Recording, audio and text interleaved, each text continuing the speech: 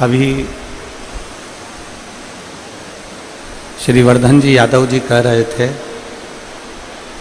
कि पूरे श्रावण के महीने में जितना पानी नहीं गिरा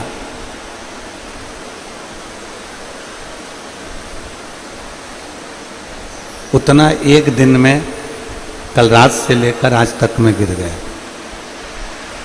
और शिव परीक्षा बहुत लेता है। हमने पहले भी कथा में कहा, वो पूरी परीक्षा लेने के बाद जो निर्णय देता है वो साधारण निर्णय नहीं रहता उसका। पूर्ण हर तरह की परीक्षा शिव लेता। और हमने पहले भी कथा में कहा कि परीक्षा लेना उसका काम है और प्रतीक्षा करना हमारा काम है। हम जितनी प्रतीक्षा करेंगे, जितना इंतजार करेंगे कि मेरा भोलेनाथ मेरे साथ है, मेरा शंभू मेरे साथ है, मेरा शंकर मेरे साथ है, मेरा ओघड़दानी मेरे साथ है, तो फिर चिंता का कोई विषय नहीं रहेगा।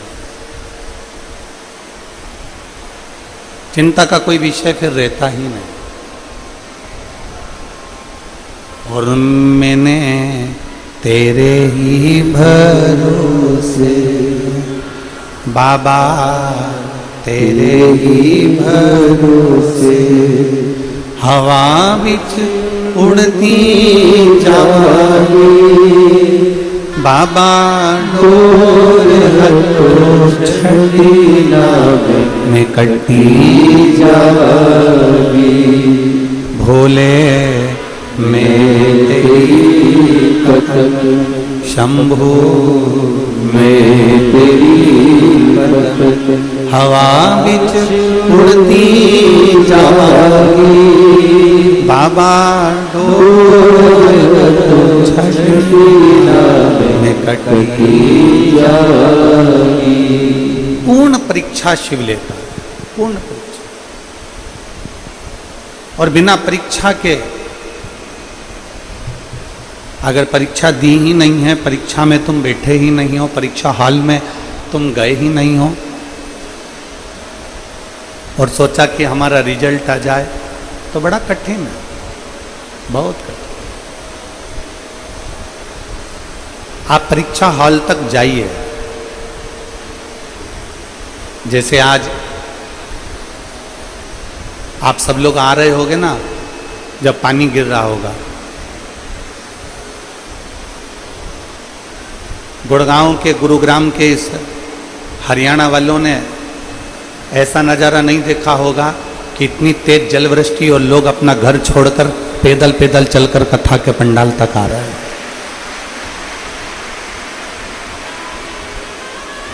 पैदल पैदल चलकर बुजुर्ग, बच्चे, युवान, मेरी बहनें, मेरे भाई, मेरी बेटियां, मेरी जीजियां, मेरे जीजा, सब पैदल पैदल पैदल पैदल आ रहे। पूर्ण परीक्षा के साथ, पूर्ण परीक्षा के साथ।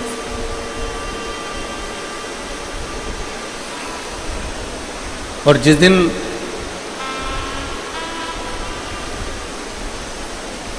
परीक्षा का दूसरा क्रम है प्रतीक्षा, तुम्हारा इंतजार। तुम थोड़ा इंतजार जरूर करो परमात्मा को प्राप्त करने।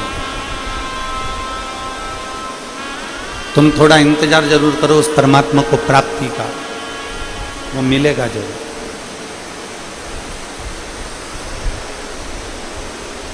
एक बहुत अच्छा सा प्रसंग आता है कि मान लो तुम, कई लोग कहते हैं कि गुरुजी हम शंकर जी के मंदिर जाते हैं, हम शिव जी को जल चढ़ाते हैं, हम शंकर जी के मंदिर में पहुंचते हैं, हम शंकर जी के मंदिर में जल चढ़ाते हैं, झाड़ू लगाते हैं, पोछा लगाते हैं, हम शिव जी की आराधना करते हैं। हम देवाधिदेव महादेव के मंदिर जाते हैं, आराधना करते हैं, पूजन करते हैं, फिर भी शिव हमारा सुनता क्यों नहीं है? देवाधिदेव महादेव शंकर भगवान हमारे यहां आते क्यों नहीं?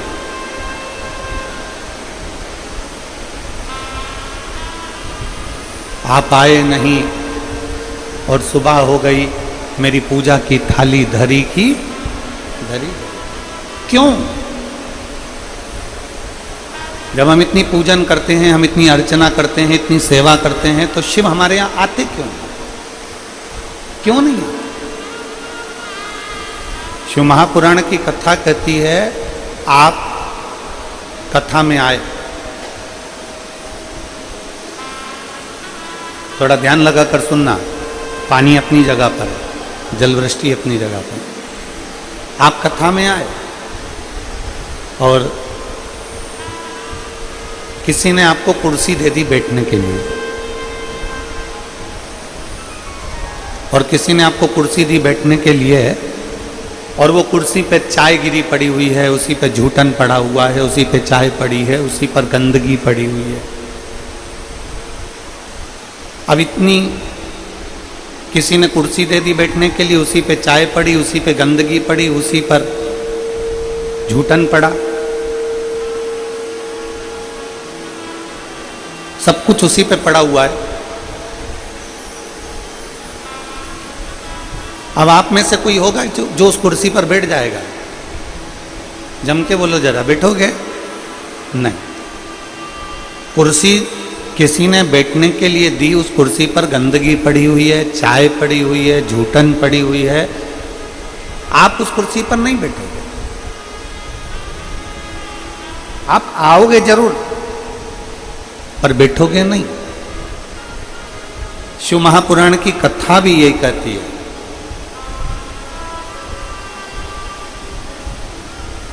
कि हम भगवान को निमंत्रण तो देते हैं, हम भगवान से कहते तो जरूर हैं, हम भगवान से प्रार्थना भी करते हैं कि भोलेनाथ आप मेरे घर पर आना, आप मेरे यहाँ आना, और भोलेनाथ आने को तैयार भी हो जाते हैं, भोलेनाथ हमारे घर पर पहुँच भी जाते हैं, भगवान शंकर हमारे द्वार पर आ भी जाते हैं, पर हमारी मन रूपी कुर्सी अगर गंदी होगी तो मेरा शंकर उस पर बैठ नहीं पाएगा, मेरा शिव उस पर बैठेगा।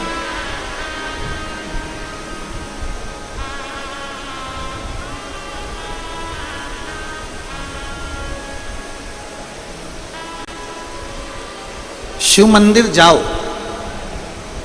शंकर भगवान को एक लोटा जल चढ़ाओ, शिव जी की चौखट पर पहुंचो, शिवालय पर जाओ, पर शिव महापुराण की कथा कहती है कि शिवालय पर जाइए, शिव महापुराण की कथा में जाइए, मंदिर तक जाइए, पर शिव कथा कहती है कि पहले अपने मन रूपी कुर्सी को साफ कर लीजिए, क्योंकि बाबा को बिठाना यही है।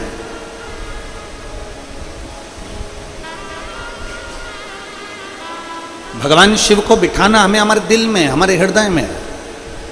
और हमने पहले भी कथा में कहा कि माता पार्वती जी ने शंकर जी से एक प्रश्न किया था, आप काशी में रहते हो? पार्वती जी ने भगवान शंकर से प्रश्न किया था, आप काशी में रहते हो?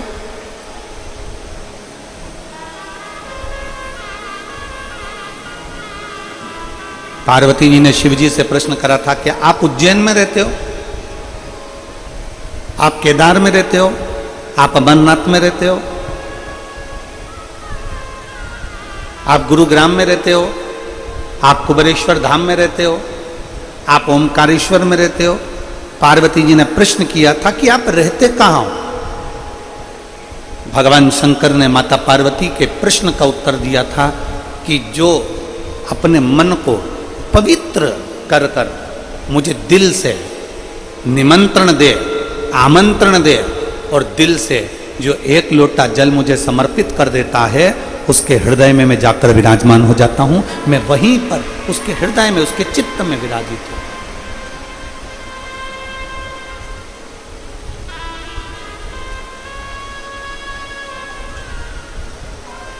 वो मेरी हरियाणा की जीजियाँ एक भजन बहुत अच्छा गाती हैं।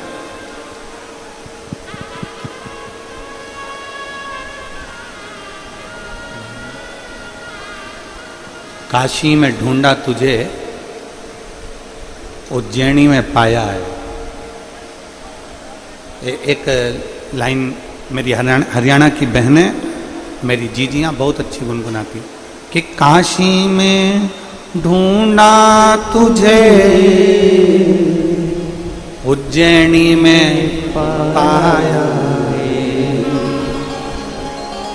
और भक्तों के हृदय, भक्तों के हृदय भोले बाबा का ठिकाना।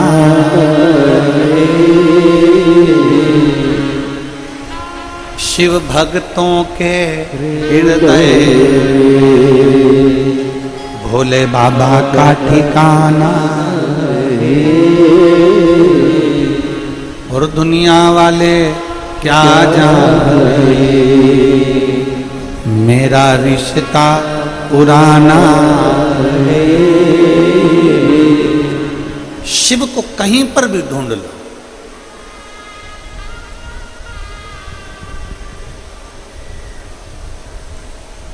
तुम्हारा मन पड़े जहां तुम शंकर को ढूंढने का प्रयास करो, पर शिव को पाने का अगर कोई स्थान है, शिव को पाने की अगर कोई जगह है, तो वह भक्त का हृदय है। एक बात आप लोगों से पूछें, उत्तर दीजिएगा जरा। सारे हरियाणा के जितने मेरे शिव भक्त बैठे हैं, मेरी जीजियां, मेरे जीजा, मेरी बेटियां, बेटा, माताएं, भाई, बंधु, सब,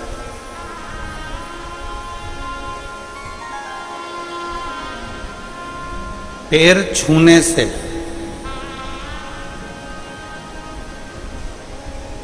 ज्यादा आशीर्वाद मिलता है कि अच्छा कर्म करने पर, दिल छूने पर ज्यादा आशीर्वाद मिलता है। बोलो जरा, बोलो, जल्दी बोलो। पैर छूने से ज्यादा आशीर्वाद मिलेगा कि अच्छा कर्म कर कर आप किसी को, कोई रोगी व्यक्ति है, कोई बीमार व्यक्ति है, उसकी तुमने दवाई करा दी, कोई भूखा व्यक्ति है, बहुत दिन से भूखा, उसको भोजन करा दिया, कोई प्यासा है, उसको पानी पिला दिया, कोई तकलीफ में है, उसकी तकलीफ की घड़ी में आप खड़े हो गए।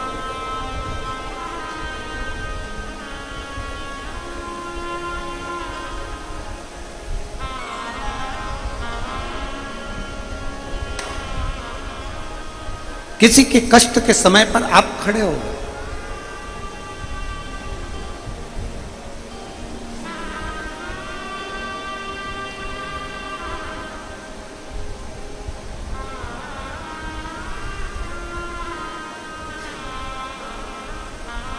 एक कल के पत्रों में एक पत्र था,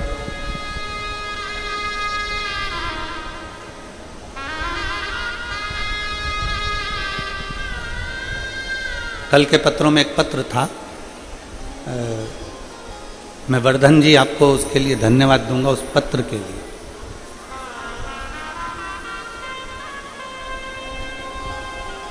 कोई विपिन शर्मा जी ने उस पत्र को लिखा था, इसी गुरुग्राम को। और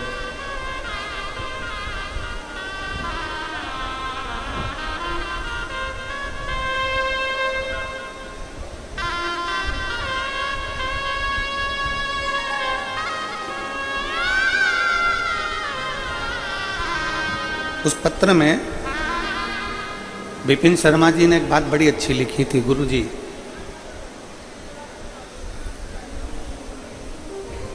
हमारी माता जी की तबीयत खराब हुई और उनको हॉस्पिटल में एडमिट नहीं कर रहे थे।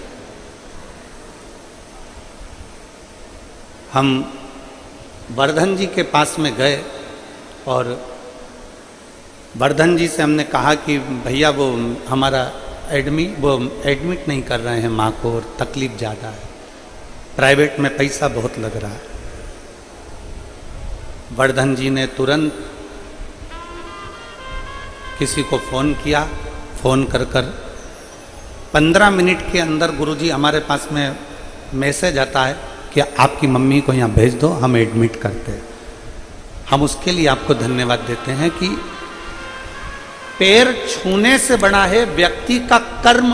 अच्छा करो, ऐसा कर्म करो जो व्यक्ति के दिल को छू जाए। और जब व्यक्ति के दिल को छूता है तो वो जो आशीर्वाद मिलता है वो आशीर्वाद कभी कम नहीं हो सकता, कभी कम नहीं। पराये दर्द को जो अपनाए उसे इंसान कहते हैं, किसी के काम जो आए उसे इंसान कहते हैं। आपका धन, आपके घर का बना हुआ भोजन, आपका बनाया हुआ मकान, आपका बनाई गई जमीन, आपकी बनाई गई जायदाद, जब किसी भूखे को भोजन कराने के लिए तुम्हारे पास में अन्न है तो समझना कि तुम दुनिया के सबसे बड़े सेठ हो। कल जब हम यहाँ से निकल रहे थे, हर्ष यादव जी हमको लेकर जा रहे थे, तो रास्ते में हमने देखा कि कोई एक बहन 2 डब्बे लेकर झोले में टांग कर खड़ी है और वो अपने झोले के डब्बे में से पूड़ी और सब्जी निकाल के रास्ते में किसी को दे रही।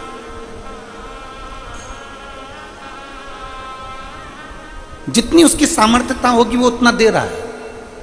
फिर आगे गए तो हमने देखा कि एक कोई सिख भाई पानी की बोतल बांट रहा है।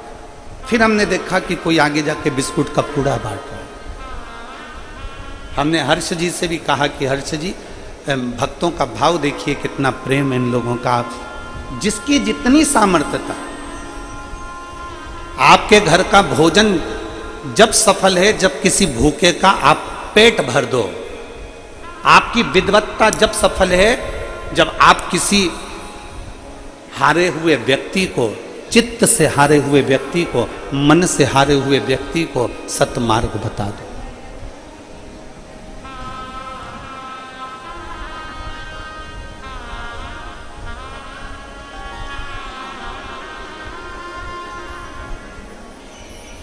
शायद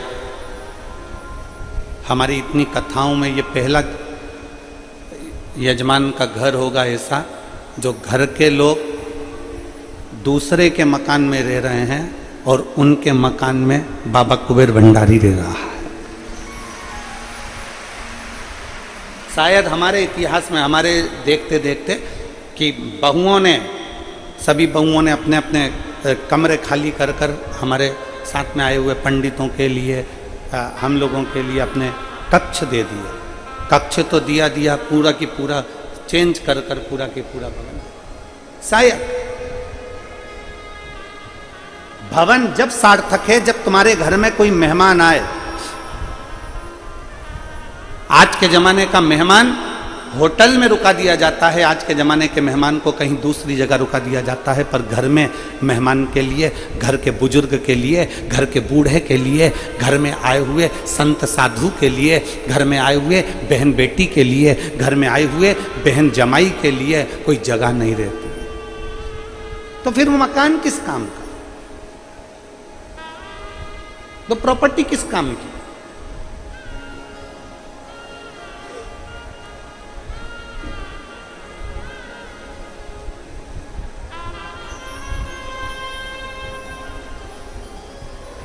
किस काम की वो प्रॉपर्टी, किस काम की वो जगह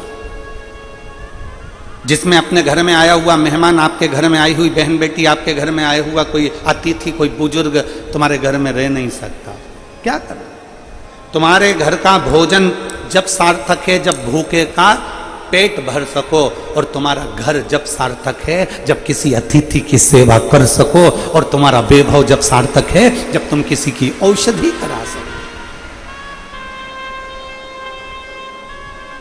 तुम्हारे धन की सार्थकता जब है कि कोई बच्चा पढ़ना चाहता है। किसी बच्चे के पास में एजुकेशन का पैसा नहीं है, किसी के पास में इतना धन नहीं कि मैं पढ़ सकूं, मेरे पास में इतना पैसा नहीं। तुम्हारा धन जब सार्थक है कि जब तुम किसी बच्चे को पढ़ा दो, उसको अच्छी शिक्षा दिला दो।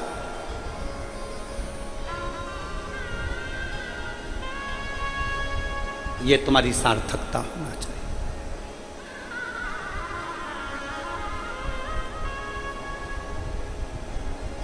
कपड़े की दुकान पर जाइए कभी, कपड़े वाले से कहना कपड़ा दिखाओ जरा अच्छा वाला जोरदार, कपड़े वाला कपड़ा दिखाएगा, आंटी जी ये कपड़ा जोरदार है, अंकल जी ये कपड़ा जोरदार है, ए ताऊ ये कपड़ा जोरदार है, ए ताई ये कपड़ा अच्छा है। फिर कहेगा इसका रंग तो नहीं जाएगा, कपड़े वाले से पूछोगे, कपड़े वाला कहेगा नहीं नहीं इसको तुम 4-6 बार भी धो लोगे तो रंग नहीं जाने वाला, खूब अच्छा मल के धो कलर नहीं जाएगा। धोने के बाद कपड़ा छोटा तो नहीं हो जाएगा, नहीं नहीं ये तो पनता है, ये कपड़ा छोटा नहीं होता, ये तो खूब और धोने के बाद और फैल जाता है। कितने का है? कपड़े वाले ने कपड़े की कीमत बताई, कपड़े वाले ने कपड़े की क्वालिटी बताई, कपड़े वाले ने कपड़े की कीमत बताई, उसकी क्वालिटी बताई, उसका तरीका बताया, सब कपड़े वाले ने बता दिया। अब तुम उस कपड़े को लेकर कहां पहुंचे हो? दर्जी के पास, टेलर के पास।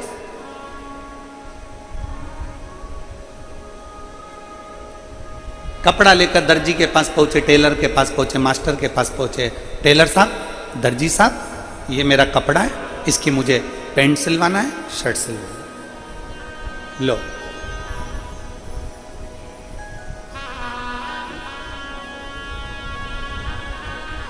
दर्जी ने कपड़ा लिया,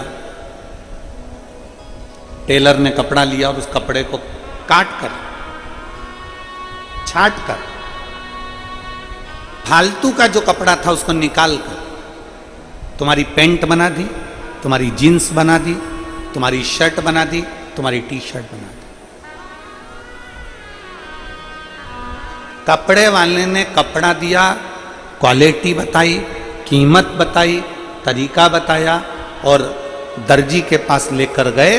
दर्जी से कहा साहब ये कपड़ा है, इस कपड़े को तुम बना दो, मेरी शर्ट मेरी पैंट, ये कपड़ा आप सिल दो। कपड़े वाले ने, दर्जी ने उस कपड़े को सिल दिया, कपड़ा आपने पहन लिया। दर्पण में देखा, बड़े अच्छे दिख रहे हो।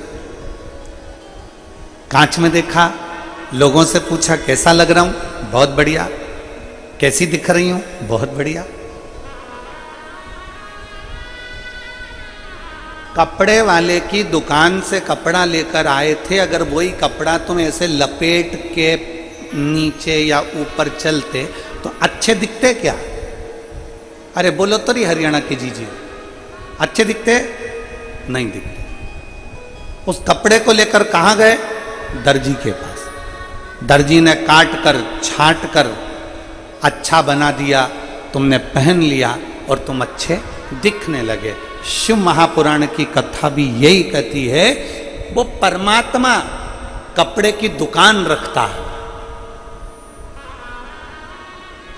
मेरा शिव पूरा कपड़े का थान रखता है, पूरा कपड़े का थान।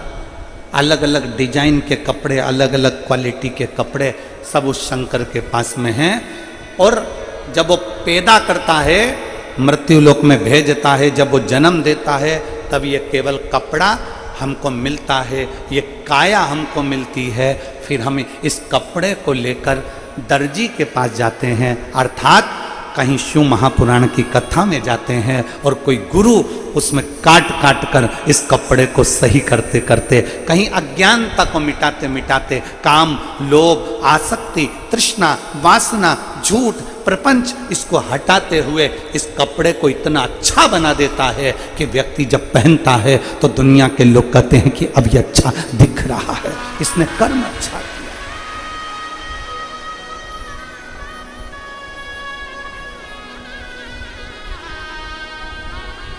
उसने तो कपड़ा दिया है, उसने तो काया दी है।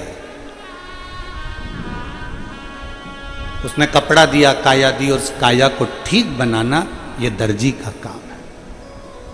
इस काया को ठीक करना ये किसी सद्गुरु का काम है।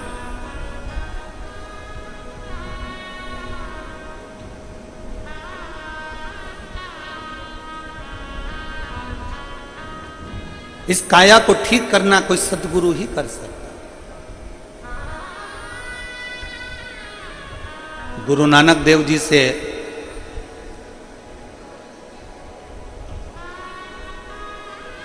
गुरु नानक देव जी से बाले ने पूछा, गुरु नानक देव जी से पूछा कि प्रभु, है नानका, प्रभु मनुष्य का जन्म क्यों होता है, किस लिए? गुरु नानक देव जी सुन रहे हैं।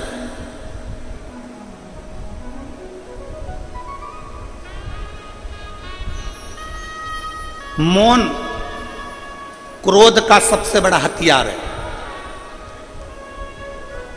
पति अगर गुस्सा कर रहा है और पत्नी अगर मौन हो जाए ना, तो इसमें जीत किसकी होती है? पति की कि पत्नी की? जम के बोलो जरा जल्दी से। पत्नी की जीत होती है। पति अगर गुस्सा कर रहा है, बोल रहा है, चिढ़ रहा है, क्रोध कर रहा है, अपशब्द बोल रहा है, पत्नी मौन हो जाए, चुप, इसमें जीत पत्नी की होगी।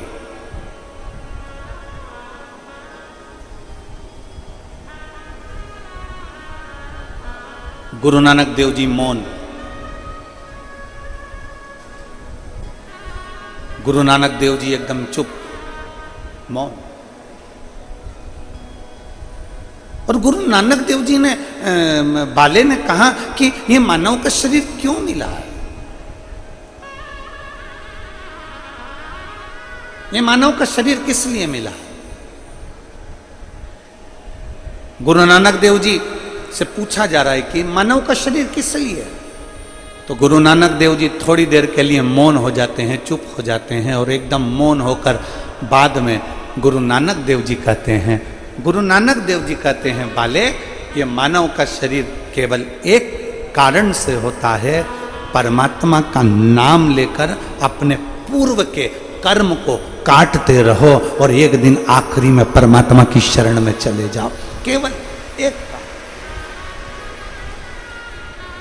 कि राम राम रटते रहो जब तक घट में प्राण, कबहु तो दीन दयाल के भनक पड़ेगा। जपते रहो,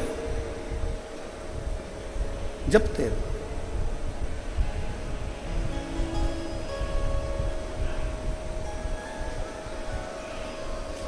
कपड़ा दिया उसने, शरीर दिया उसने, शरीर प्रदान करा उसने,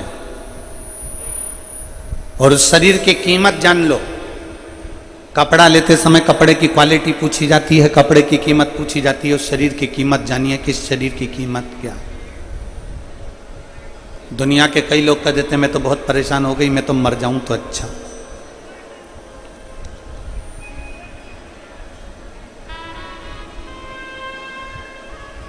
मैं तो बड़ी कष्ट में हूं, मेरे प्राण छूट जाए तो अच्छा।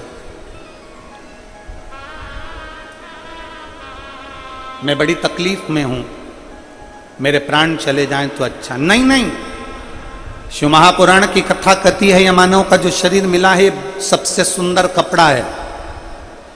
अब इस कपड़े को दर्जी के पास लेकर जाओ, जो ये काया मिली है इस काया को किसी सदगुरु के पास लेकर जाओ, किसी संत में, किसी सत्संग में। कहीं शिव महापुराण के पंडाल में पहुंच गए, भगवान की कथा में पहुंच गए, तो ये कपड़ा तुम्हारा कोई अच्छा गुरु जिंदगी में मिल गया, कोई अच्छा सतगुरु मिल गया, कोई अच्छा मिल गया, तो इस कपड़े को छाट कर, इस कपड़े को काट कर तुम्हारे भीतर के अहंकार को, काम को, लोभ को, आसक्ति को, तृष्णा को, वासना को छाट कर श्रेष्ठ बना देगा।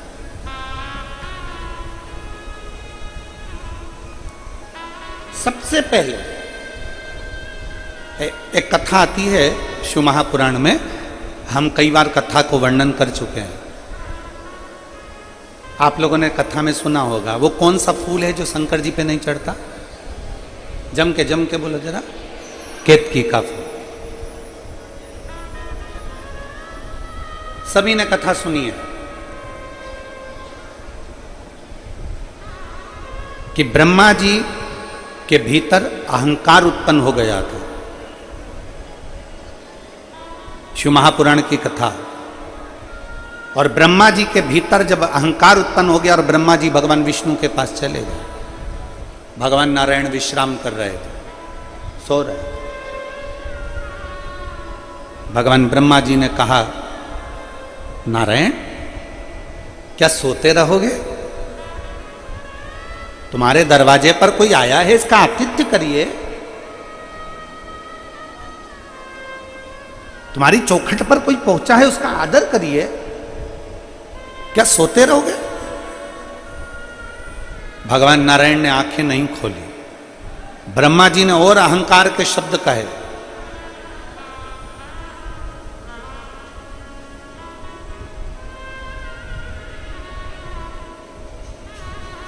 ब्रह्मा जी ने भगवान विष्णु जी से कहा कि मैं आया हूं ब्रह्मा, सृष्टि का रचना करता, आप मेरा आदर नहीं करोगे?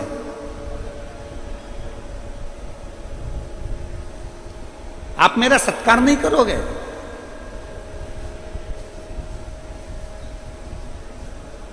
कभी ये एक आनंद का विषय है। देखिए पूरी कई कथाएं आप लोग टीवी पर देखते होंगे, कई कथाएं करते रहते हैं। आप लोगों को भी मालूम है कि ये कथा पूरी होगी। फिर सीहोर में कथा 12 सितंबर से 18 सितंबर अग्रवाल धर्मशाला की जो कथा है, जो हर साल होती है छोटे रूप में, जो टीवी पर नहीं आती, वो हो जाएगी। फिर 20 से 24 सितंबर तक श्राद्ध पक्ष में कांटा कुरीडीही कुकरेल छत्तीसगढ़ में कथा प्रारंभ हो जाएगी। फिर वही श्राद्ध पक्ष में 26 सितंबर से 2 अक्टूबर तक नांदगांव नासिक महाराष्ट्र में शिव महापुराण की कथा प्रारंभ हो जाएगी। वहाँ के विधायक उस कथा को कराएंगे। रेगुलर कथा चलती है। आप कथा टीवी पर सुनते भी होंगे, आपने कथा को टीवी पर देखा भी होगा, पर यह नजारा आपने कथा में कभी नहीं देखा होगा जो आप देख रहे हैं। आप भी जमीन पर बैठे हो और यजमान परिवार भी जमीन पर बैठकर कथा सुन रहा है।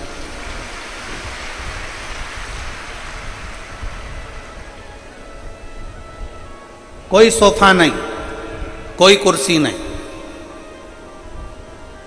जैसे आप वैसा यजमान परिवार। और हमने कहा, वर्धन जी को, हमने वर्धन यादव जी से कहा था कि सोफे कुर्सी लगे होंगे, तो नहीं गुरुजी, हम भी सब जैसे हमारे गुरुग्राम वासी वैसे हम, जैसे हमारे क्षेत्र के लोग वैसे ही बैठना है। अपने भीतर ये भाव उत्पन्न करो।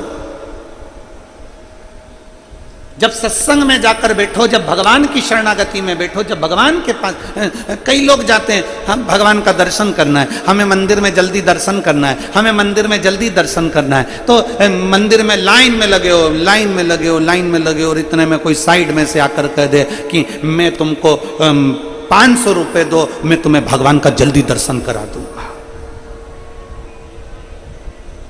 भगवान के दर्शन में लगे हो, लाइन में लगे हो और दर्शन में लगे, और कोई तुम्हारे कान में आकर, पीछे से पास में आकर कह दे मुझे 500 रुपए जमा करो, मैं भगवान का जल्दी दर्शन करा दूंगा।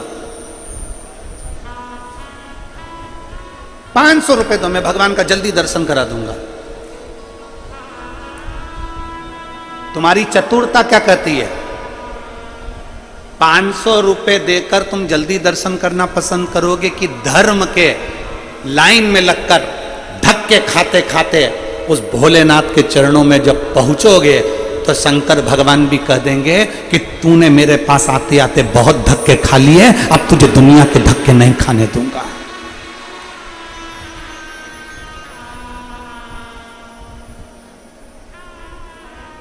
पर जिसके पास में समय नहीं है ना, वो कह देता है लाओ, अच्छा है 500 रुपए में मुझे पास से दर्शन हो रहा है, 500 रुपए में मुझे नजदीक से दर्शन हो रहा है। बल्कि तुम्हें कह देना चाहिए, वो कह रहा है 500 रुपए में मैं तुम्हें पास से दर्शन कराऊंगा, बिल्कुल नजदीक से दर्शन कराऊंगा। तुम्हें कह देना चाहिए चल जाने दे, तू तो मुझे 200 रुपए दे, मैं दर्शन ही नहीं कर रही, अपने घर जा रही है। ला 200 दे तू मुझको।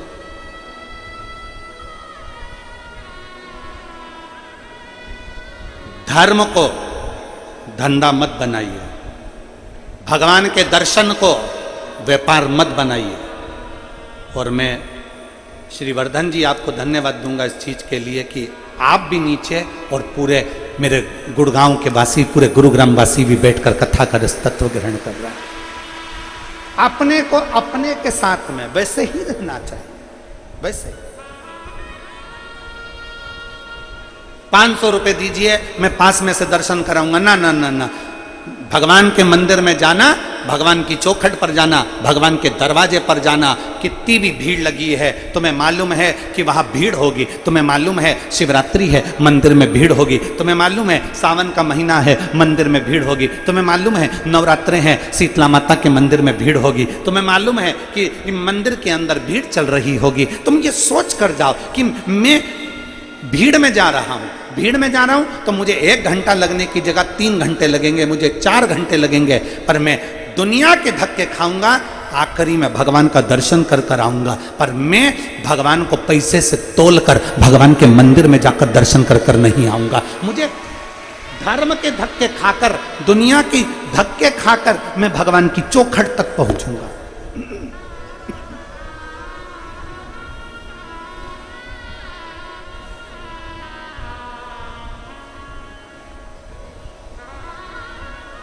मुझे भगवान के नजदीक में जाना, मुझे भगवान के करीब में जाना। 500 रुपए में तुम भगवान के करीब जरूर चले जाओगे, पर भगवान के नजदीक नहीं जा पाओगे। जब लाइन से लगकर आराम से पहुंचकर भगवान का दर्शन करोगे ना, तब तुम मेरे भोलेनाथ के दिल के करीब में पहुंच जाओगे, दिल के।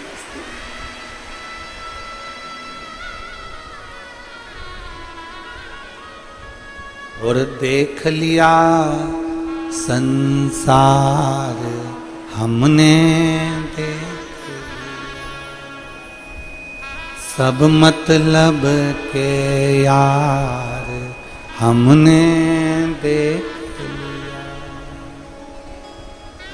झूठे नाते झूठे रिश्ते, झूठे नाते झूठे रिश्ते, अरे झूठा है संसार हमने देख लिया। सब मतलब के यार हमने देख लिया, देख लिया संसार हमने देख। ब्रह्मा, ब्रह्मदेव भगवान विष्णु से कहते हैं सृष्टि का रचना करता आया है, सृष्टि का रचना करता आया है, आप उठकर हमारा आदर नहीं करोगे? भगवान विष्णु अब मुस्कुरा दिए, भगवान नारायण अब मुस्कुरा दिए, और भगवान विष्णु मुस्कुराकर शेष सैया पर बैठ गए। शेषनाग की सैया पर भगवान विष्णु बैठ गए, और भगवान विष्णु बैठकर ब्रह्मा जी से कहते हैं, ब्रह्मदेव क्यों इतना नाराज हो रहे हो? आपको, आपने भले पूरी सृष्टि रची हो, आपने भले सृष्टि की रचना करी हो, पर ब्रह्मदेव तुम्हारी रचना तो हमने करी है ना। हमारी नाभि से पुष्प प्रकट हुआ, उस पुष्प पर ब्रह्मा तुम प्रकट हुए। आपकी रचना तो हमने करी है।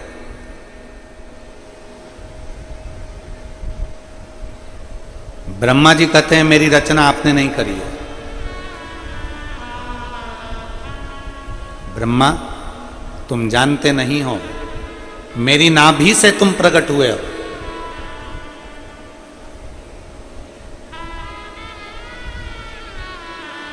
अगर आप, ब्रह्मा जी कहते हैं अगर आप मेरे रचना करता हो, ये सृष्टि की रचना मैंने करी है। भगवान विष्णु के मुख से निकल गया कि ब्रह्मा जी सृष्टि की रचना करने वाला कोई दूसरा नहीं है, आप और हम दोनों केवल निमित्त हैं। सृष्टि की रचना करने वाला तो देवाधिदेव महादेव है, स्वयं शिव।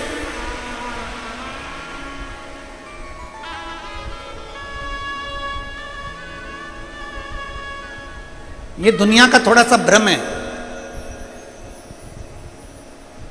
एक मां गुस्से में आकर कह देती है, जिस दिन मैं मर गई ना, आटे दाल का भाव मालूम पड़ जाएगा। वो तो मैं जिंदा हूं ना, तो सब अच्छा अच्छा लग रहा है। और जितनी मेरी जीजियां बैठी हैं ना, बूढ़ी बूढ़ी, कभी अपने मुंह से मत कहना कि मैं मर गई ना तो मालूम पड़ जाएगा।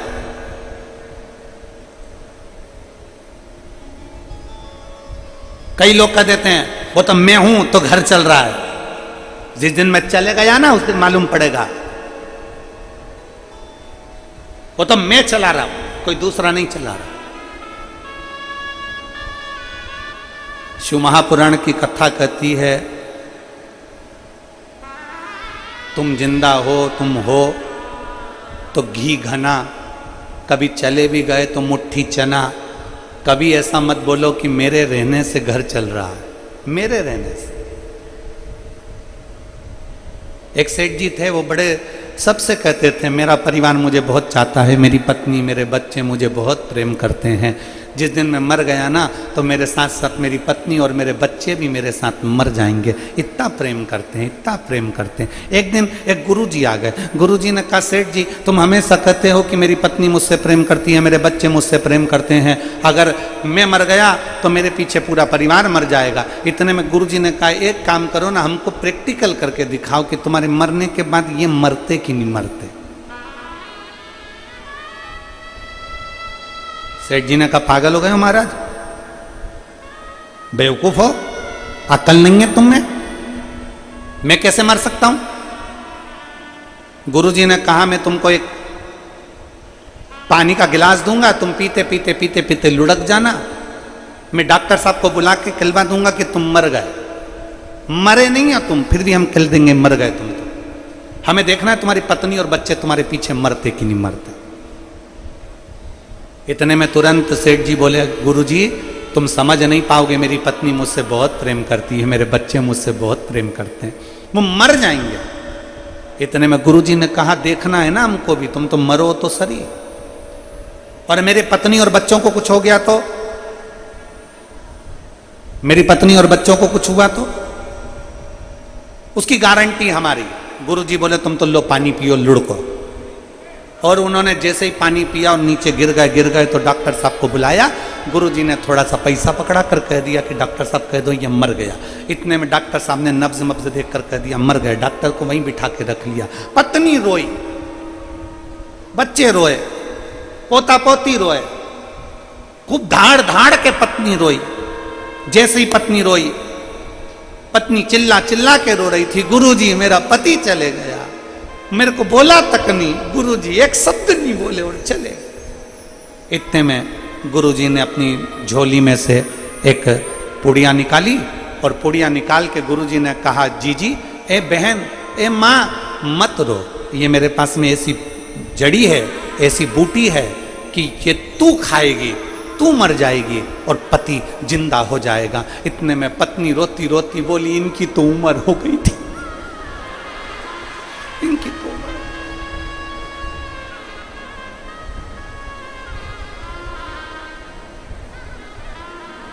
पति को गुस्सा आया। पति ने सोचा, बताओ अभी तो कह रही थी कि मुझे छोड़कर चले गए, अब कह रही कि उम्र हो गई थी। इतने में बेटा रो रहा था। बेटे से पूछा, तू क्यों रो रहा है? पिताजी चले गए, पिताजी चले गए, पिताजी चले गए। ये भी नहीं बता के गए किससे कितना लेना था। बाप को लगा बाप मर गया, उसका गम नहीं, लेनदारी की पहले बढ़ गई। गुरुजी ने कहा, ले पुड़िया, तू खा ले, तू खाएगा तू मर जाएगा, पिताजी जिंदा हो जाएंगे। इतने में बेटा बोला, पिताजी तो कह रहे थे कि बेटा अब तुझे सब संभालना है, इसलिए रेन दो गुरुजी, रेन दो। छोटा सा पोता रो रहा था। तू क्यों रो रहा है? मेरे दादाजी चले गए। तो क्यों रो रहा है? अब मुझे कुरकुरा कौन दिलाएगा? अब कौन दिलाएगा मुझे? इतने में गुरुजी ने कहा, ले ये पुड़िया तू खा ले, तू खाएगा तू मर जाएगा, तेरा दादाजी जिंदा हो जाएगा। इतने में छोटा सा पोता गुरुजी के पास में आके बैठा, कोनी मार के बोला, ओ गुरुजी तुम खा लो ना।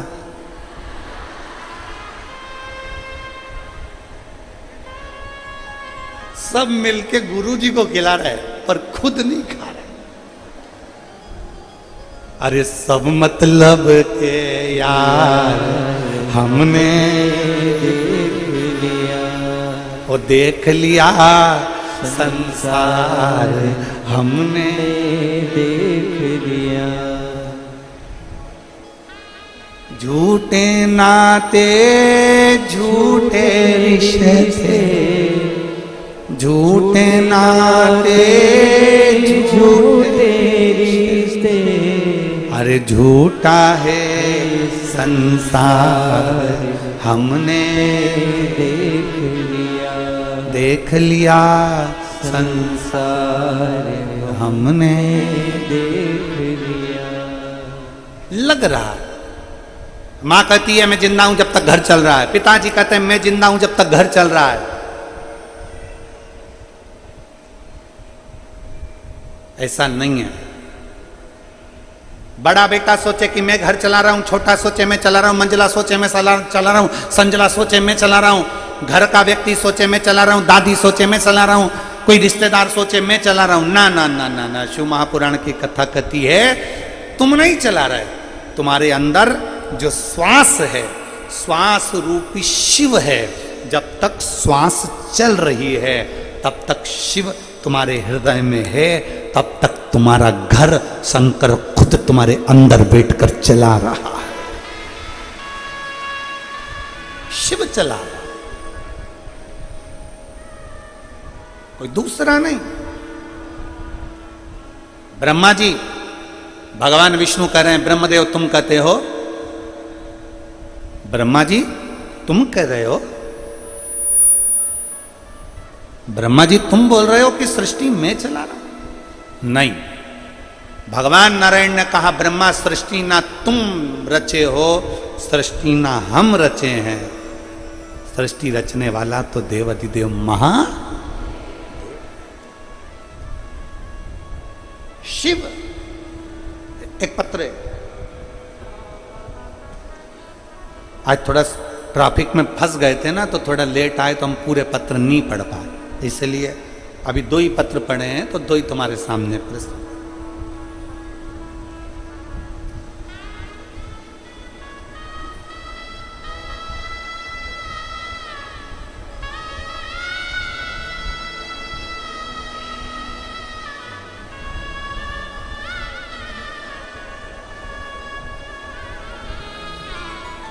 गुरुजी, मैं जिला करनाल हरियाणा, गांव एलईडी पर आप लोग पढ़ सकते हैं पत्र को। गुरुजी, मैं जिला करनाल हरियाणा, गांव इस्लाम नगर के रहने वाली हूँ।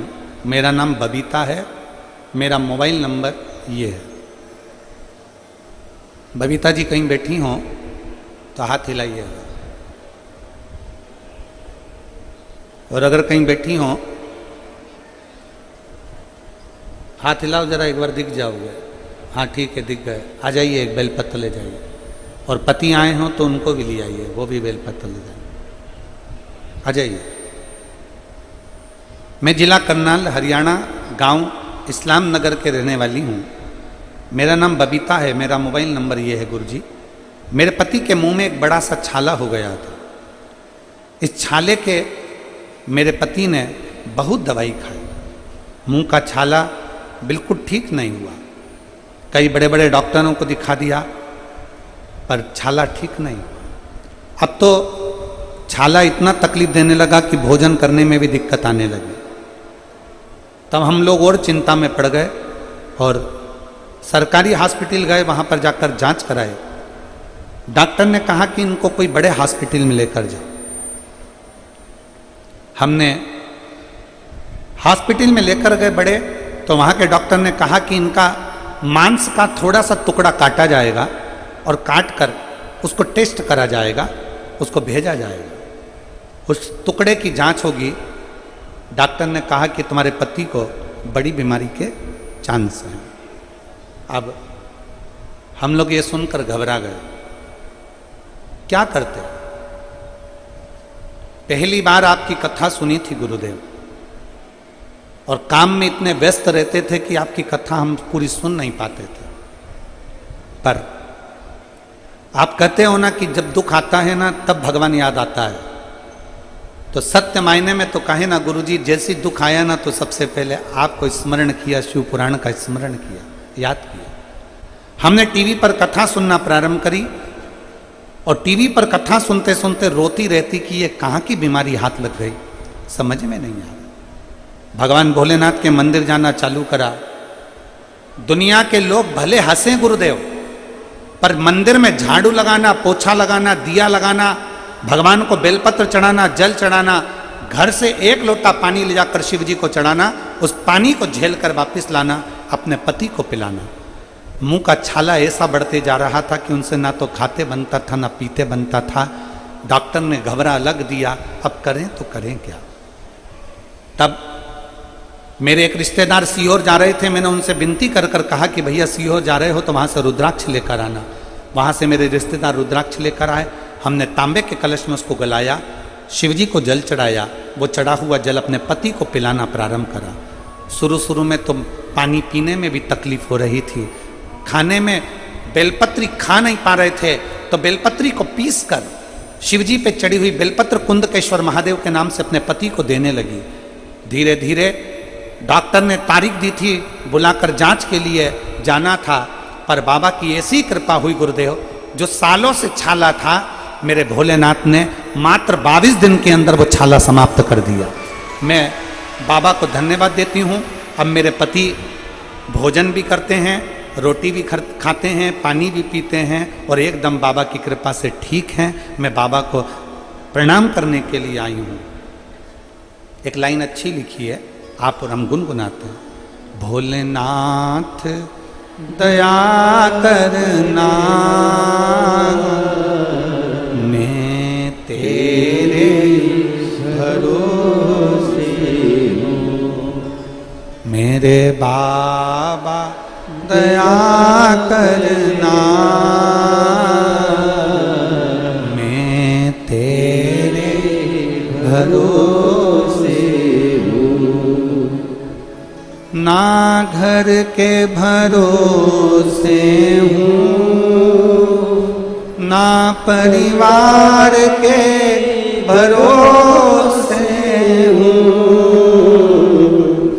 ना घर के भरोसे हूँ, ना परिवार के भरोसे हूँ। मेरे बाबा दया करना, मैं तेरे भरोसे हूँ। भोले बाबा दया करना, मैं तेरे भरोसे हूँ। मेरे शिव ने, मेरे गोवर्धन, मेरे शंकर, मेरे त्रिकालदर्शी, मेरे कैलाशी। बाहर की आवाज अंदर आ रही है, अंदर की आवाज खोल के बाहर। मेरे त्रिकालदर्शी, मेरे कैलाशी, मेरे अविनाशी, मेरे शिव ने कृपा करी। अनायास कृपा करता है शिव। मेरी जीजियों, मेरे जीजाओं, मेरी बेटियों, बेटाओं, मेरी माओं, आप पानी में गीले होकर भले यहाँ पर आए हो, बैठे हो, कीचड़ पानी में थोड़ा कष्ट भले हो रहा होगा, भले, पर इतना याद रखना, जितना जितना कष्ट सहते हो ना, उतना उतना शिव के करीब में जाते चले जाते हो, उतना शिव के नजदीक जाते चले जाते। संभाल लेगा, संभाल।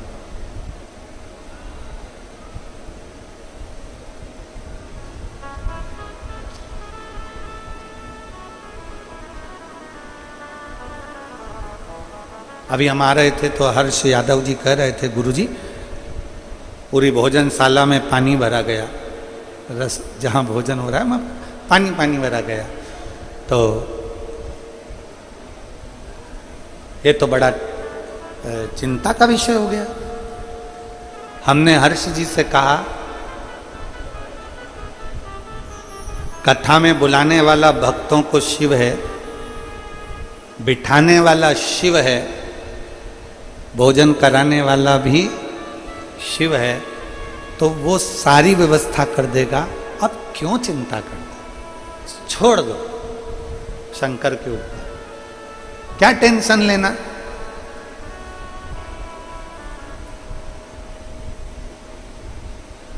शिव के आश्रित हो जाओ, शिव के भरोसे हो जाओ, उसके आश्रित। ब्रह्मा जी कह रहे हैं मैं सृष्टि का रचना करता, भगवान नारायण कह रहे हैं भ्रांति निकाल दो अपने भीतर से, अपने मन से ये भ्रम निकाल दो कि तुम सृष्टि की रचना करता, सृष्टि के रचना करता, ये भ्रम निकाल दिया जाए।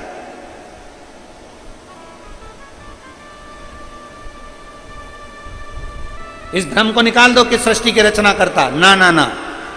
भगवान विष्णु कहते हैं सृष्टि का रचना करता ना मैं हूं, सृष्टि की रचना करता ना तुम हो, सृष्टि की रचना करता तो देवाधिदेव महादेव है।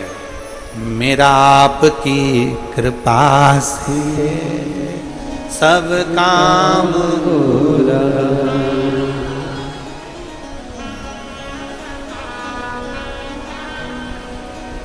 सब काम करते हो भोले बाबा, मेरा नाम हो रहा है, मेरा आपकी कृपा से सब काम हो रहा है। हम उसके आश्रित हो जाए, वो है। भगवान नारायण ने कह दिया, भगवान नारायण ने तुरंत भगवान ब्रह्मदेव से कहा कि ना मैं ना तुम, ना मैं ना तुम, वो है देवाधिदेव महादेव। इतने में ब्रह्मा जी ने कहा कौन महादेव। अब ब्रह्मा जी के ये शब्द सुनकर भगवान विष्णु की आंख से आंसू बहने लगा कि गजब गजब,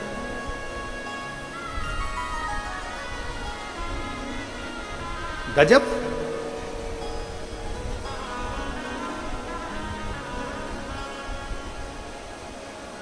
आप सभी को मालूम होगा एक शंकर भगवान के नेत्र के अश्रु से रुद्राक्ष की उत्पत्ति हुई। जानते हो सब लोग? बोलो तो जम के बोलो, जानते हो ना? फिर भगवान शंकर के नेत्र अश्रु से अंधकासुर की उत्पत्ति हुई। जानते हो सब लोग? बोलो जम के बोलो, ठीक है। तीसरा, भगवान शंकर के क्रोध नेत्र अग्नि की ज्वाला से, उनके अश्रु से ज्वारासुर की उत्पत्ति हुई। ज्वारासुर, जिसको एक असुर का भी नाम दिया जाता है। ये जो बुखार आता है ना, ज्वर आता है, जो बुखार आता है, इसको भी असुर के गिनती में लिया गया, ज्वरासुर। और इस ज्वारासुर को शांत करने के लिए माता शीतला को प्रकट किया गया। और आप गुरुग्राम वासियों के लिए तो बड़ा सौभाग्य का विषय है कि माँ शीतला आपके गुरुग्राम में आशीर्वाद देने के लिए सदा विराजमान रहती है। बोल शीतला माता की, शीतला माता की। माँ इस गुरुग्राम में माता शीतला अपने भक्तों के आशीर्वाद देने के लिए सदा विराजमान है। ज्वारासुर को शांत करने के लिए मां शीतला को प्रकट होना पड़ा था।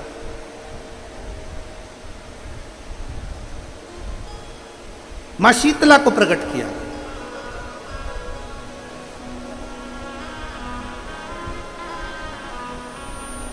शिव महापुराण की कथा कहती है, भगवान विष्णु ने कह दिया ब्रह्मा जी के शब्द सुने, और ब्रह्मा जी के शब्द सुनकर भगवान नारायण की आंख से आंसू बहने लगे। भगवान विष्णु ने कहा, ब्रह्मा जी क्या कह रहे हो?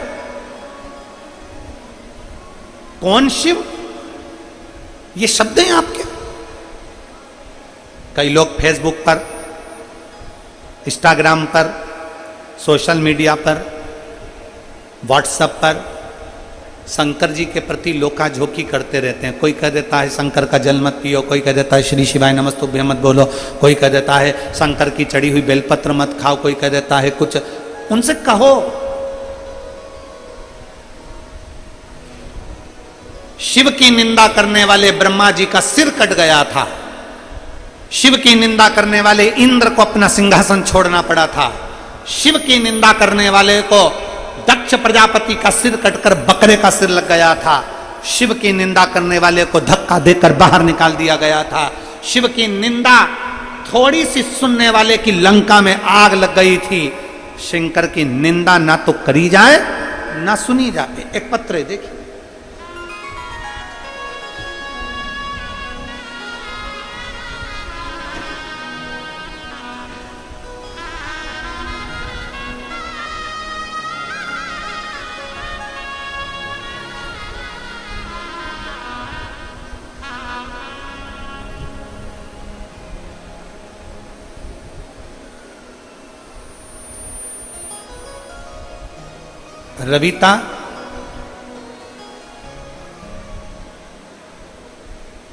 रविता जून, लोवा खुर्द, बहादुरगढ़, हरियाणा की रहने वाली है। कहीं बैठी हो रविता जी तो आप बेलपत्र लेने के लिए आ सकते हो। अगर कहीं बैठी हो तो हाथ हिलाइएगा। हाँ ठीक है, दिख गए, आ जाइए, बेलपत्र ले जाइए, आ जाओ। रविता जून, लोवा खुर्द, बहादुरगढ़, हरियाणा की रहने वाली हूँ। मेरा मोबाइल नंबर ये है। गुरुदेव, मैं रविता लोवा खुर्द से आई हूँ।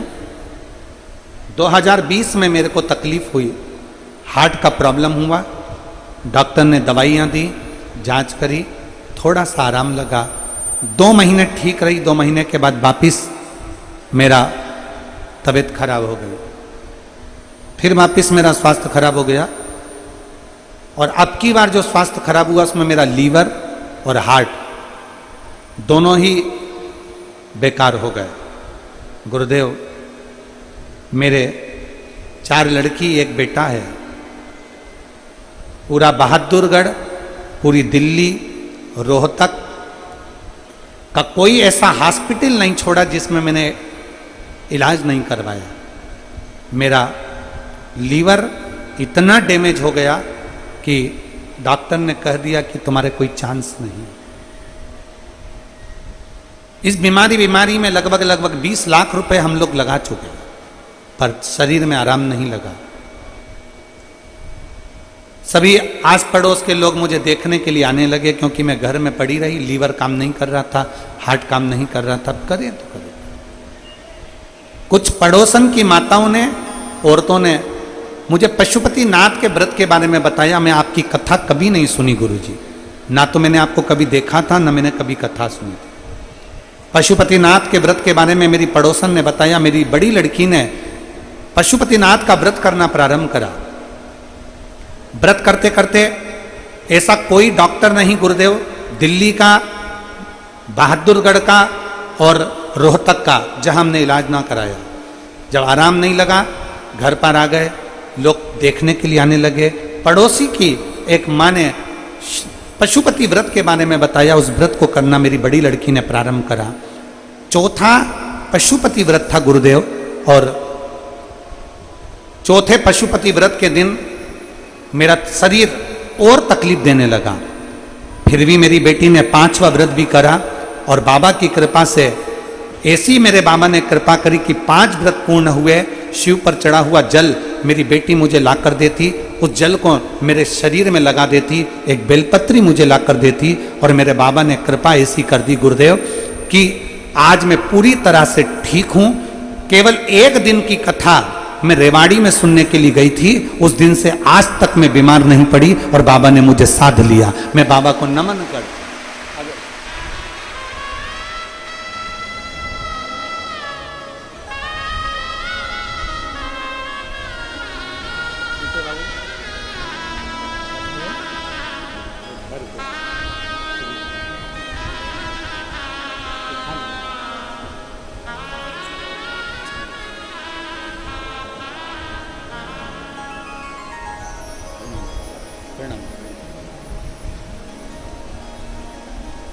एक शिव भक्ति के प्रति आपका विश्वास जागृत हो।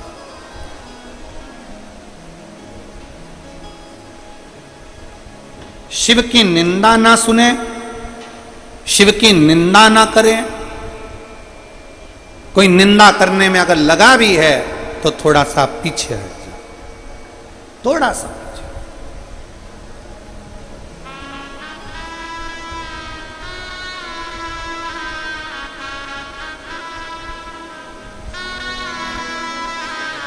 शिव निंदा से परे हो गए, दूर है। और ए मेरे भोले नैना तो खोलो, ओ मेरे भोले नैना तो खोलो, दर्शन करा दो एक बार, दोबारा फिर आऊंगी। भोले दर्शन करा दो एक बार, दोबारा फिर आऊंगी। भोले दर्शन करा दो एक बार, दोबारा फिर आऊंगी। भोले दर्शन करा दो एक बार, दोबारा फिर आऊंगी।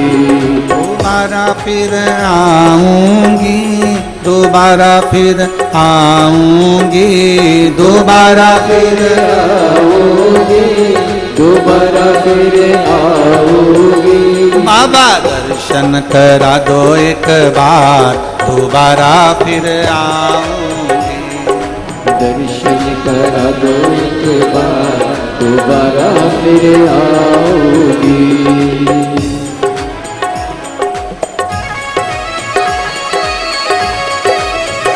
जय हो।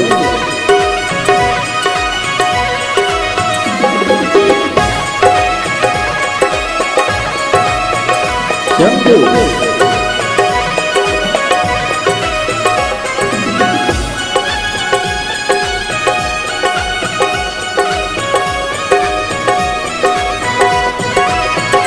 जय हो।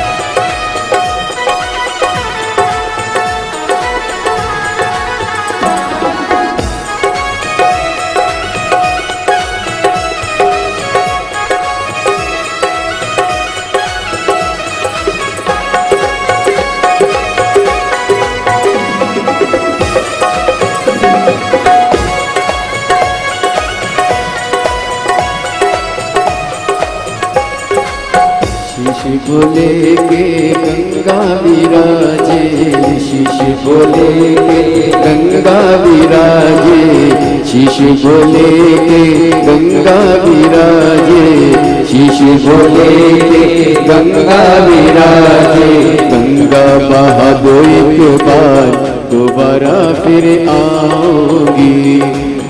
गंगा बहा दो एक बार, दोबारा फिर आओगी, दोबारा फिर आओगी, दोबारा फिर आओगी, दोबारा फिर आओगी, दोबारा फिर आओगी। दर्शन दिखा दो एक बार, दोबारा फिर आओगी, दर्शन दिखा दो एक बार, दोबारा फिर आओगी।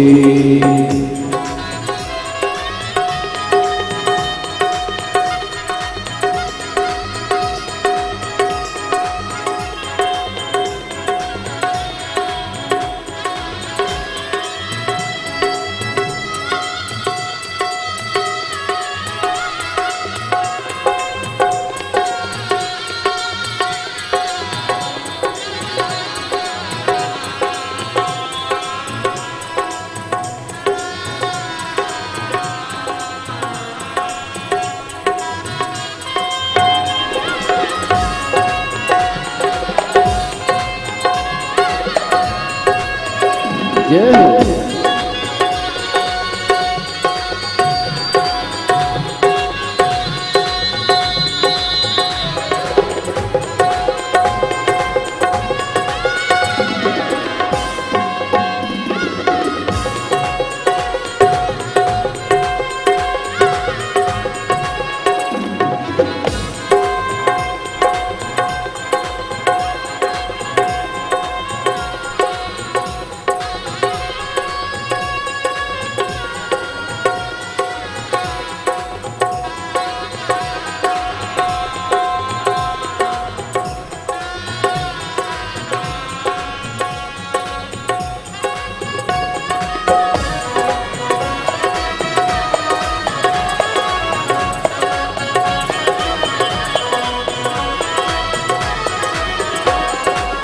हाथ भोले के डमरू विराजे, हाथ भोले के डमरू विराजे, हाथ भोले के डमरू विराजे, हाथ भोले के डमरू विराजे।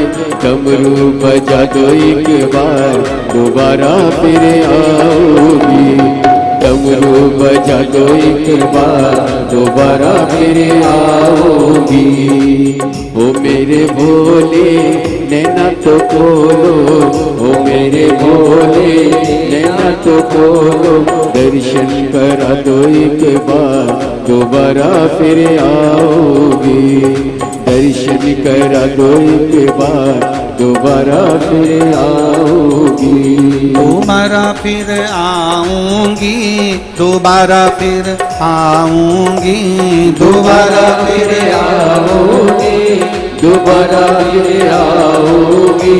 बाबा दर्शन करा दो एक बार, दोबारा फिर आऊंगी। भोले दर्शन करा दो एक बार, दोबारा फिर आओगी।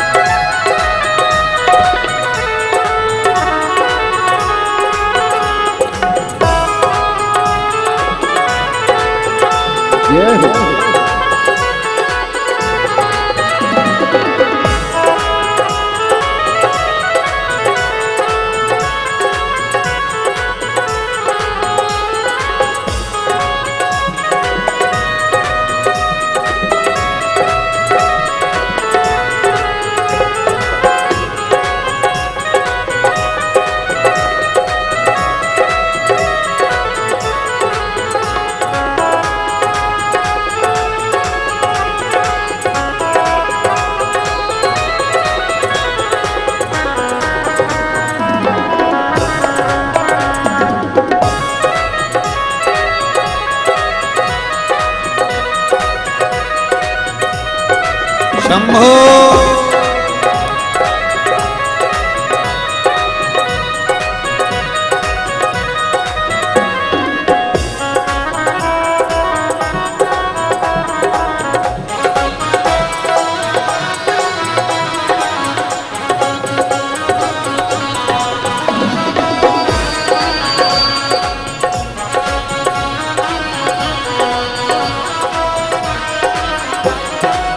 संग भोले के गौरा विराजे, संग भोले के गौरा विराजे, गौरा विराजे हाँ गौरा विराजे, गौरा विराजे हाँ गौरा विराजे, संग भोले के गौरा विराजे, संग भोले के गौरा विराजे।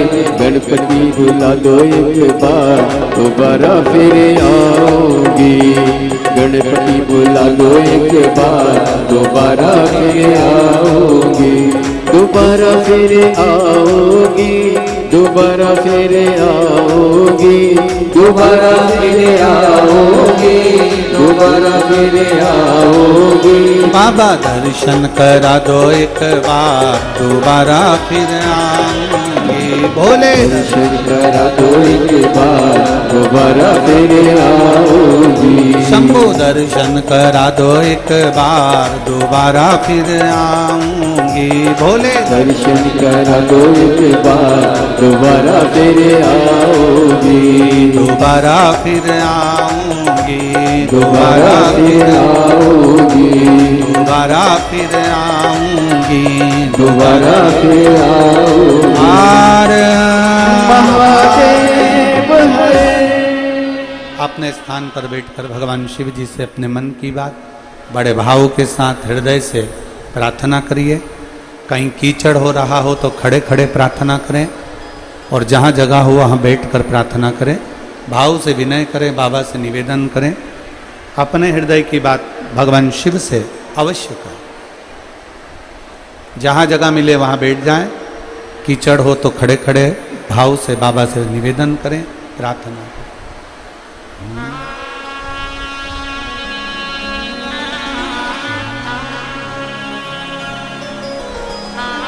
सभी लोग साथ में बोलेंगे, श्री शिवाय नमस्तुभ्यं, श्री शिवाय नमस्तुभ्यं, श्री शिवाय नमस्तुभ्यं, श्री शिवाय नमस्तुभ्यं, श्री शिवाय नमस्तुभ्यं। भोला सब दुख काटो हमारा, ओ भोला सब दुख काटो हमारा। शिव शंकर जपो तेरी माला, भोले बाबा जपो तेरी माला। सब दुख काटो हमारा, ओ भोला सब दुख काटो हमारा। वेश है मंगल मंगलकारी, वेश है मंगल मंगलकारी। शमशान वासी हमारा, शमशान वासी हमारा।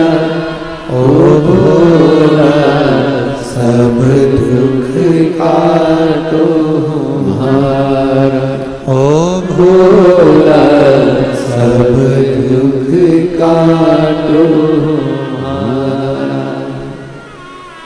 भगवान देवाधिदेव महादेव शिव की कथा कर रही है, भगवान शंकर का पावन चरित्र कह रहा है, शिव महापुराण की कथा वर्णन कर रही है।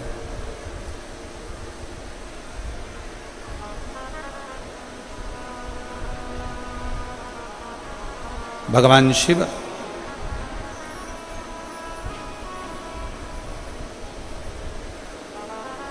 देखिए पानी लगातार बरस रहा है और जलवृष्टि भी तेज है। हो सकता है कि कथा का क्रम थोड़ा जल्दी विराम दिया जाए और 5-10 मिनट का और कथा कहकर, जिससे कल आराम से कथा पूर्ण रूप से हो सके।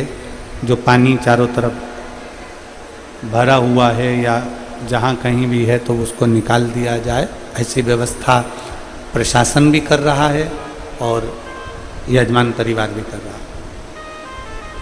प्रशासन भी पूर्ण तरह से बहुत अच्छे रूप से इस कार्य को संभाल रहा है।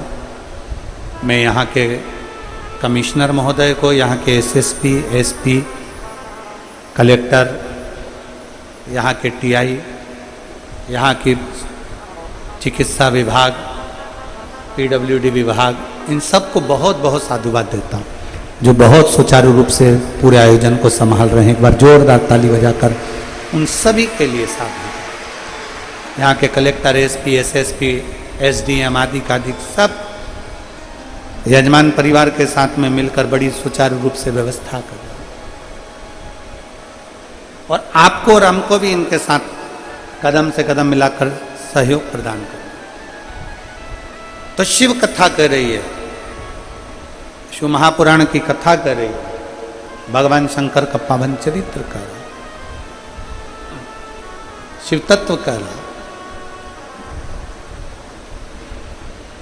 भगवान शंकर के लिए जब जैसे ही अपशब्द कहा गया, भगवान शिव के लिए जैसे ही कुछ कहा गया, भगवान विष्णु ने ब्रह्मा जी को मना किया कि तुम कैसे शब्द कह रहे हो, ये शब्द तुम्हारे श्रेष्ठ नहीं है, तुम्हारे ये शब्द श्रेष्ठ नहीं है, इन शब्दों का प्रयोग ना करो, आप इन शब्दों को ना बोलिए।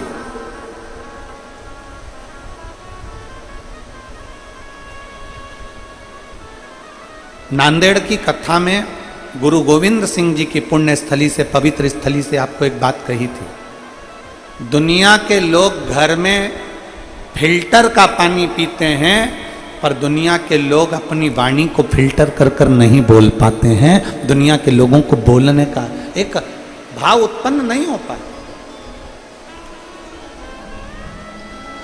ब्रह्मा जी ने अहंकार के शब्द कहे, ब्रह्मा जी ने अपशब्द कहे, और जो शिव जी के लिए अपशब्द कहे, भगवान उसी समय भगवान नारायण ने कह दिया तुम कैसे कर सकते हो, ये सब भगवान शिव की रची हुई पूरी सृष्टि है, पूरी।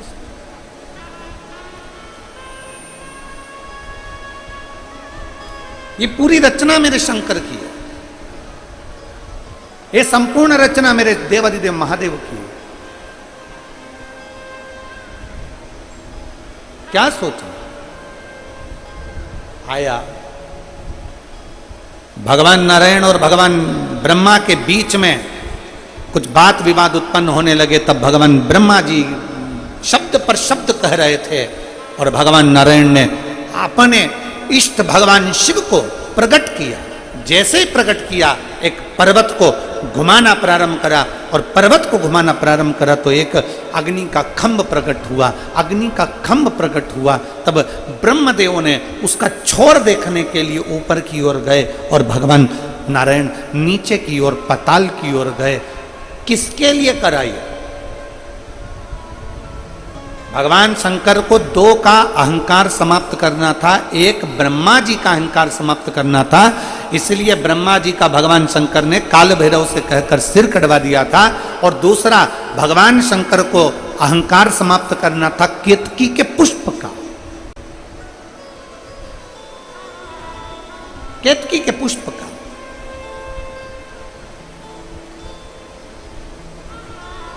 ये जो हम मंदिर में हरतालिका तीज 6 तारीख को हरतालिका तीज की पूजन होगी,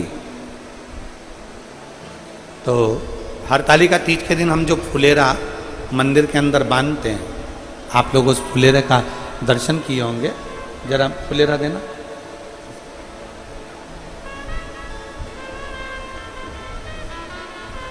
जिस फुलेरा का हम लोग मंदिर में और जहाँ पर हरतालिका तीज का त्यौहार नहीं मनाया जाता हो, हम उनसे भी कहेंगे कि आपके नज़दीक में अगर कोई शिवालय हो, आपके नज़दीक में अगर कोई शंकर का मंदिर हो और आपको बाबा ने अगर सामर्थ्यवान बनाया है, तो प्रयास करना कि एक फुलेरा उस मंदिर में आप अपनी ओर से भी बंधवा सकते हैं। इसकी माला कहाँ चली गई? ऐसा पूर्ण मालाएं चारों तरफ इसमें बंदी होती है फुलेरा के अंतर्गत। ये भगवान शंकर के ऊपर लगाया जाता है। शिव महापुराण की कथा कहती है, भगवान देवादिदेव महादेव का चरित्र कथा है, शिव तत्व कथा है कि मनुष्य की देह में, मानव के शरीर में अगर मान लो अनायास अचानक, शिव पुराण कहती है कि कई स्थान ऐसे हैं जहां पर व्यक्ति से पाप कर्म होता है। झाड़ू लगाते समय छोटे छोटे जीव मर जाते हैं, उसका पाप माथे चढ़ जाता है। अग्नि जलाते समय पतंगे जल जाते हैं, उसका पाप माथे चढ़ जाता है। कपड़े धोना, बर्तन धोते समय छोटे छोटे जीव मर जाते हैं, उसका पाप माथे चढ़ जाता है। चलकर अपन कहीं जाते हैं, अपने पाँव के नीचे छोटे छोटे जीव मर जाते हैं, उसका पाप माथे चढ़ जाता है।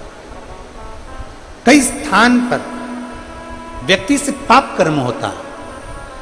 हरतालिका तीज के फुलेरे का मात्र दर्शन कर लेने से ये सारे पाप हमारे छिन्न हो जाते हैं, पाप समाप्त हो जाते हैं, पाप छिन्न हो जाते हैं। और उसका एक प्रमाण यहां एक बहन ने लिखा है। मैं हरियाणा से कैंथल की निवासी हूं। सुधा बेटी, पति संजय बस, मेरा मोबाइल नंबर ये है, कहीं बैठी हो तो हाथ हिला सकती हैं। मैं हरियाणा से कैंथल की निवासी हूँ। सुधा बेटी, पति संजय बस, अगर कहीं बैठे हो तो व्यासपीठ पर आ सकते हैं। गुरुदेव, कई साल हो गए थे, हमारे घर में संतान का सुख नहीं था। परिवार के लोग इतना शब्द कहते थे, इतना अपशब्द कहते थे कि मैं बांझ हूं और मेरे घर संतान नहीं। 2-4 साल तक तो इंतजार करा, 5 साल, 6 साल, 7 साल, 8 साल, 9 साल, 10 साल, 11 साल, 12 साल, 13 साल, 14 साल, 15, 16, 17, 18, 19, 20, 21 साल तक संतान के लिए इंतजार करा। 21 साल तक मेरे घर में औलाद नहीं हुई। और जब 21 साल औलाद नहीं हुई, तब हमारे नज़दीक में 5 घर छोड़कर एक माताजी रहती हैं जो सिलाई का काम करती हैं। वो मेरे घर पर आई कुछ सिलाई के काम के कपड़े लेने के लिए, और उन्होंने मुझसे कहा कि तू एक बार पशुपति व्रत कर और भगवान शंकर को रोज जल चढ़ा। शिव जी को जल चढ़ाकर एक बेलपत्र लेकर नंदी के पास बैठकर कुंदकेश्वर महादेव के नाम से खा। मैंने वही प्रयोग किया और बाबा की कृपा से 21 साल के बाद मेरे घर में पुत्र रत्न की प्राप्ति हुई। मैं बाबा को यहाँ प्रणाम करने के लिए आई हूँ। कहीं बैठी हो तो बेलपत्र लेने के लिए आ सकती हूँ। 21 साल के बाद मेरे बाबा ने मुझे संतान दी। ये हमारा एक विश्वास, हमारी एक दृढ़ता, शिव के प्रति हमारा एक अटूट प्रेम यहाँ दर्शन। और मेरे बाबा दया करना, मैं तेरे भरोसे हूँ। भोले बाबा दया करना, मैं तेरे भरोसे हूँ। शिव कथा कहती है, भगवान शंकर का चरित्र कहता है। केतकी के फूल को भी अहंकार आ गया था और ब्रह्मा जी को भी अहंकार आ गया।